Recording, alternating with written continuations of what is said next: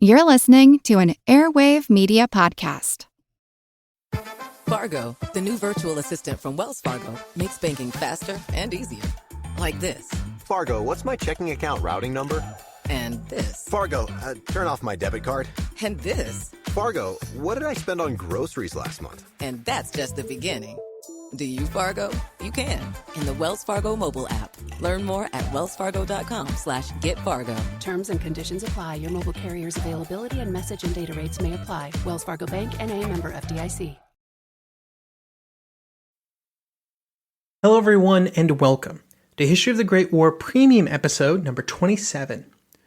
Last episode we looked at the lead up to the war and the evolution of the British Army Medical Services during that time. We also spent quite some time talking about the complications of rounding up enough doctors to be sent to the Army without completely robbing the civilian sector of necessary physicians.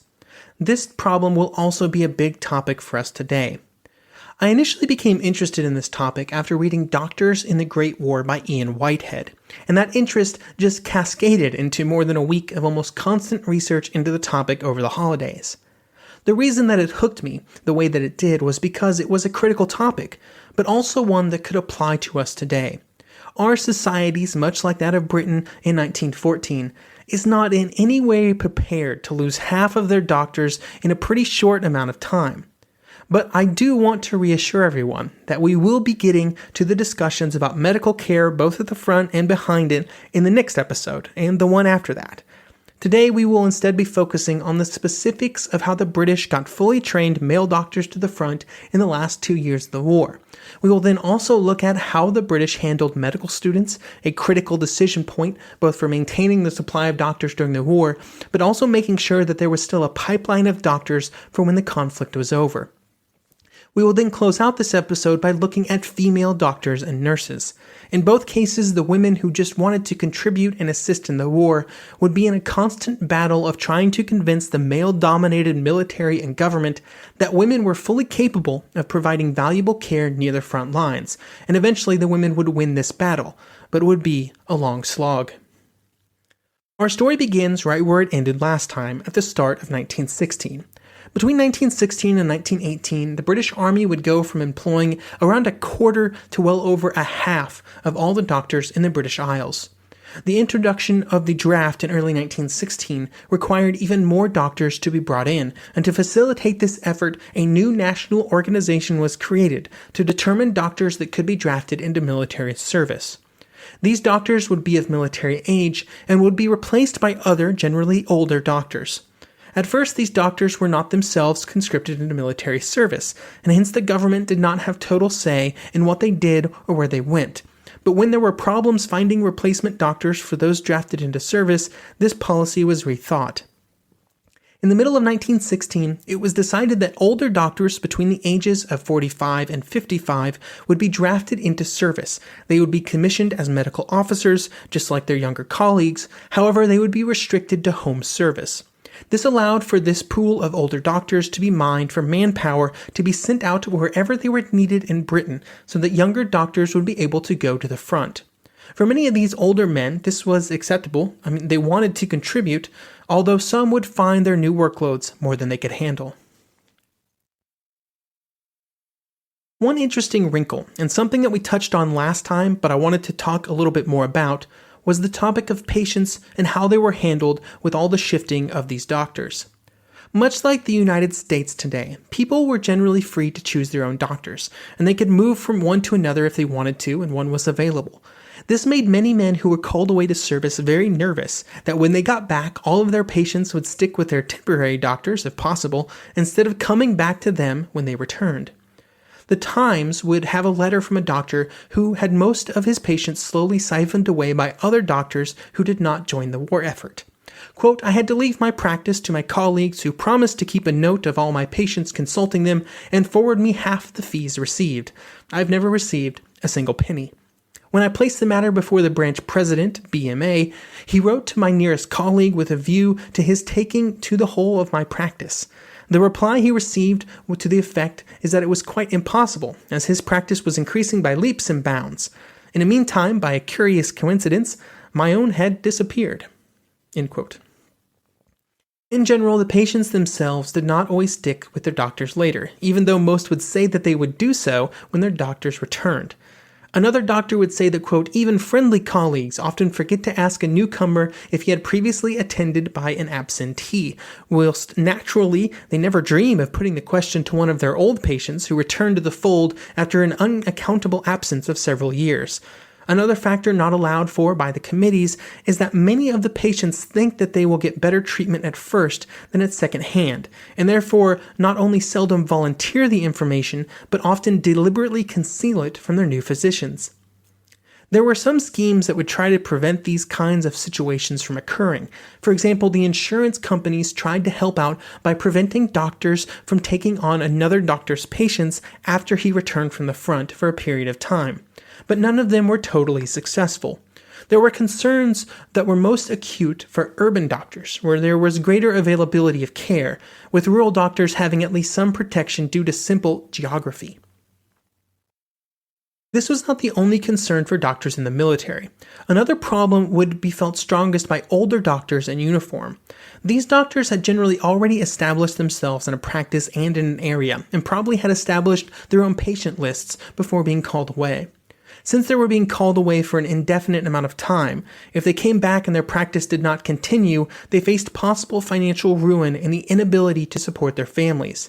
They would also receive the same pay as medical officers who were straight out of medical school. These younger doctors had it best. They were gaining incredibly valuable experience with no real downside, since they were not leaving anything behind that could fall apart. They were better able to bank their army pay until after the war was over as well, allowing them to start their careers after the war with a bang. Meanwhile, the older doctors could lose everything if their practices did not recover on their return. For one group, there was only upside, for the other only downside. Both of these groups were then heavily disliked by those that served as medical officers before the war in the professional army.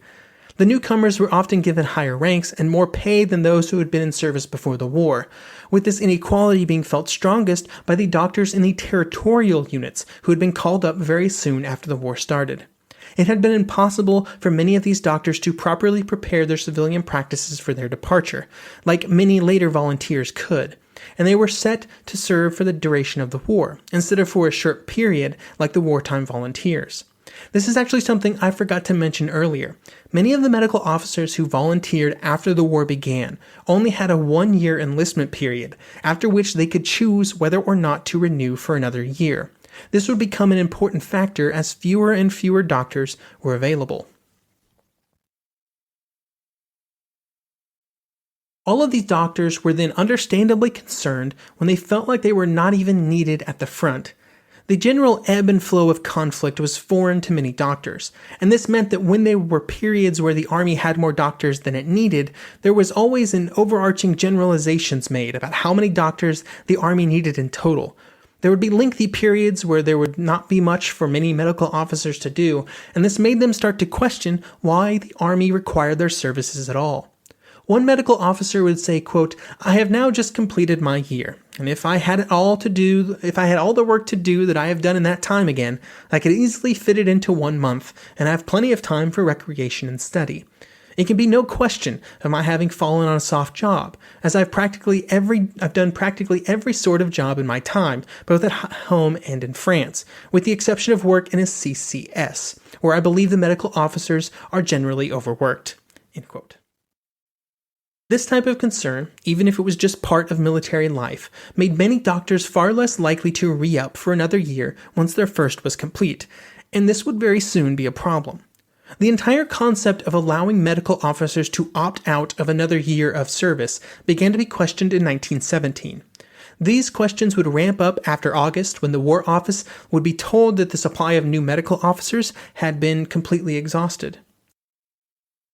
This revelation would be the final straw that would lead to the creation of a commission of inquiry, and after the commission was completed, they would have a few recommendations. The first was a reduction in the number of medical officers with a field ambulance, with those officers to be replaced by men who were not doctors. And then they also believed that there were some savings on ambulance trains, again by substituting non-doctors in for medical officers. In both of these cases, it was mostly just a recognition that some of the jobs being done by the medical officers could be done by nurses or trained aides. While these moves did help alleviate some of the problems, the ability of medical officers to leave after their annual contract was still considered a problem. This meant that in December 1917, a new rule was created. After that date, any medical officer that relinquished his commission on expiration would be immediately called into military service for the rest of the war. So while the ability to decline a new contract still existed, exiting the armed forces was no longer an option.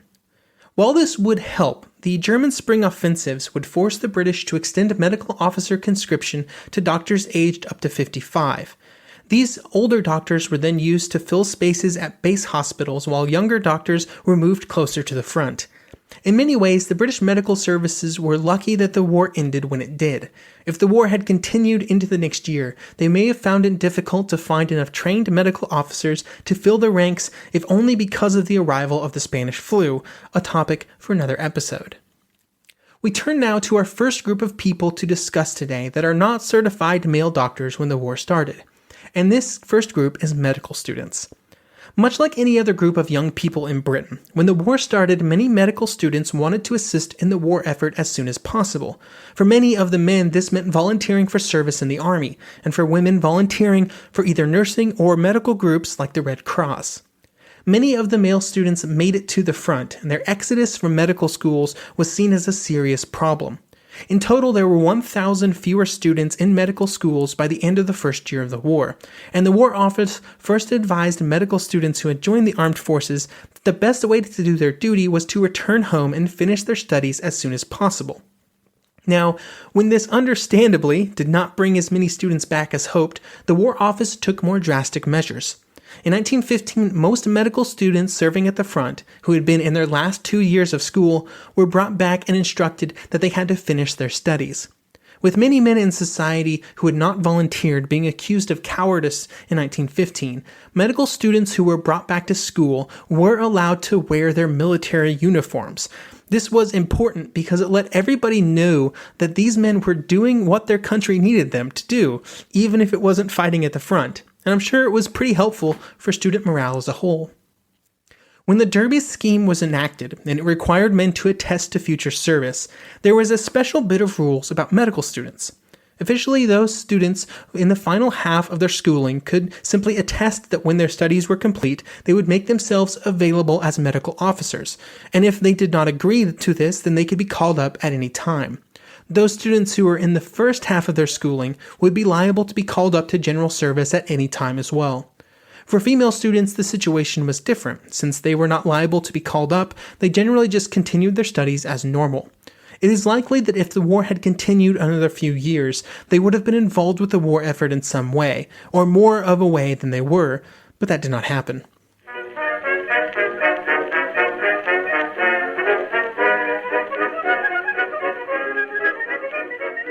The one truth about human history is that change is inevitable. But the one thing that has never changed is that humans need food to survive. There are many ways to get that food, but one of the easiest ones is Factor. Factor delivers ready-to-eat meals right to your door. All you have to do is heat them up and dig in. In 2 minutes, you can be eating tasty keto or vegan options, or any of their 35 options that they have available every week. So you can choose maybe the cheesy garden herb chicken, maybe the Santa Fe green chili beef skillet, or perhaps the Caribbean spiced tofu. It is all delicious, and if you have a bit of a sweet tooth, Factor still has you covered with a wide range of snack and smoothie options.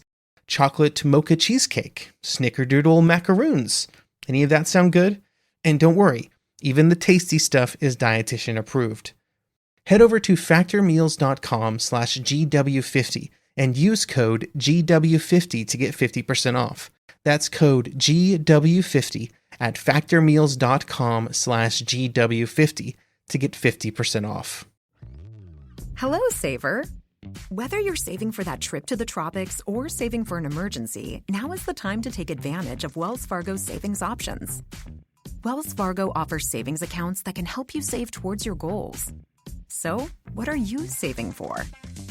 Visit a Wells Fargo branch or wellsfargo.com/save to open a savings account today.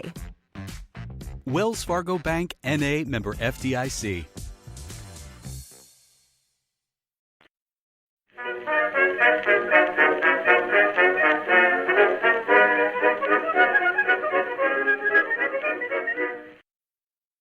These new rules and regulations left one group of former students a bit in the lurch.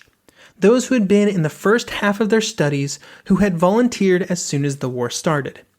These students were not called back from the front since they were early in the studies, but for many, if they had not volunteered in 1914 and 1915, they would have been in the last half of their studies by the time that the Military Service Acts came into place after the Derby Scheme. This unfortunate timing seriously damaged their future employment opportunities, since many of their former classmates were by 1916 almost done with medical school and about to start a very difficult but very rewarding tour as medical officers instead of as infantry soldiers. Here is one father discussing this specific situation for his son. I think the last two sentences really say it all. Quote, "My only son accepted a commission in 1914 when in his second year. He has now been on foreign service for over 2 years and looks like serving 2 more years. By that time, he will be 24 years of age and will still have 4 more years before he can qualify, not to speak of the year or 2 of hospital work before he will be fit to succeed me. Meanwhile, those students in his year, who quite as fit as he, but endowed with less patriotic feeling and more concern for their own individual welfare, resisted their country's call, and now are enjoying complete immunity from service, together with good hospital appointments as unqualified house surgeons, and are within a year of being able to take up practice. One wonders whether patriotism really pays. Still, I do not envy them or wish my son had emulated them." End quote. Our second group of individuals are female doctors. The War Office simply refused to even consider the idea of women doctors serving overseas. Instead, they wanted them to serve in hospitals in Britain to free up the men to go to the front. While the British were a bit more backwards in their views on this subject, there were other countries where female doctors were called into service at or near the front, and in these situations they performed splendidly.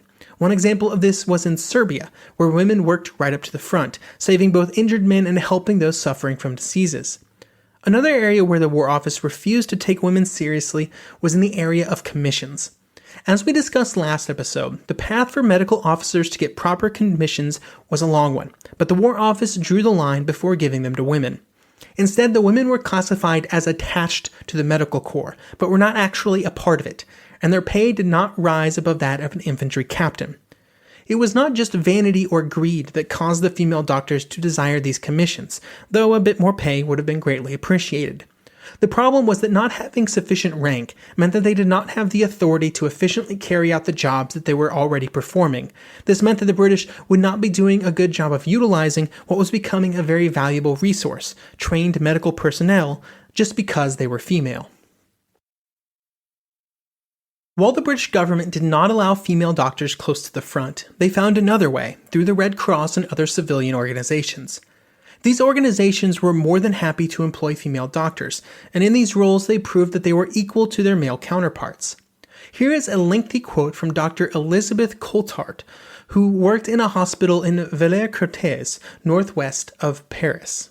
Quote, "There came an order for the hospital to evacuate. Then came an order that heaps of terribly wounded were expected and we could stay on. We were glad. It seemed horrid to be told to go and leave things behind us. All the night we were hard at it and working under difficulties. Terrible cases came in. Between 10:30 and 3:30 or 4 a.m., we had to amputate 6 thighs and 1 leg, mostly by the light of bits of candle held by the orderlies, and as for me giving the anesthetic, I did it more or less in the dark at the end of the patient. Air raids were over us nearly all night. Sometimes we had to blow out the candles for a few minutes and stop when one heard the Boche right over. Next morning, on the May 30th, 1918, about 11 a.m., we were told the whole place must be evacuated, patients and all. So during the day, we did have a strenuous time. Patients had come in all through the night, some practically dying, all wanting urgently operations upon them. But we had to stop operating, dress the patient's wounds, and splint them as best as we could. All day long, ambulances came and we got patients away." End quote. Unfortunately for many female doctors and nurses as well, with the end of the war, instead of the situation improving at home because of proof of their abilities, they would often find the same sexist feelings as they had before 1914. While female doctors had some difficulty getting the credit that they deserved, the same cannot be said for the nurses at the front. By the early 20th century, nursing was a long-established, well-regarded, and greatly valued aspect of medical care. Everyone knew that good nursing meant saving lives. During the war, nurses would work at every hospital in Europe, and they would be present at casualty clearing stations, some getting even closer to the front. Mary Borden, who would serve as a nurse during the war, would describe her job like this. Quote, "It was my business to sort out the wounded as they were brought in from the ambulances and to try and keep them from dying before they could get to the operating rooms. It was my business to sort out the nearly dying from the dying. I was there to sort them out and tell them how fast life was ebbing in them. It was my business to create a counterwave of life, to create the flow against the ebb. It was like a tug of war with the time." End quote. As everyone in the hospitals and casualty clearing stations became more and more busy, the role of nurses continued to grow larger and larger. It began with the move to have nurses take up the dressing work. Traditionally, this dressing would have been done by surgeon's assistants, but there were simply not enough of those to go around, and so the nurses were trained on how to manage wounds by keeping pressure on them, applying proper bandages, manually compressing arteries with their fingers, or utilizing pressure points to stop the flow of blood. In many of these situations, the nurses became lifesavers, not just some ancillary individual in charge of taking care of convalescing soldiers.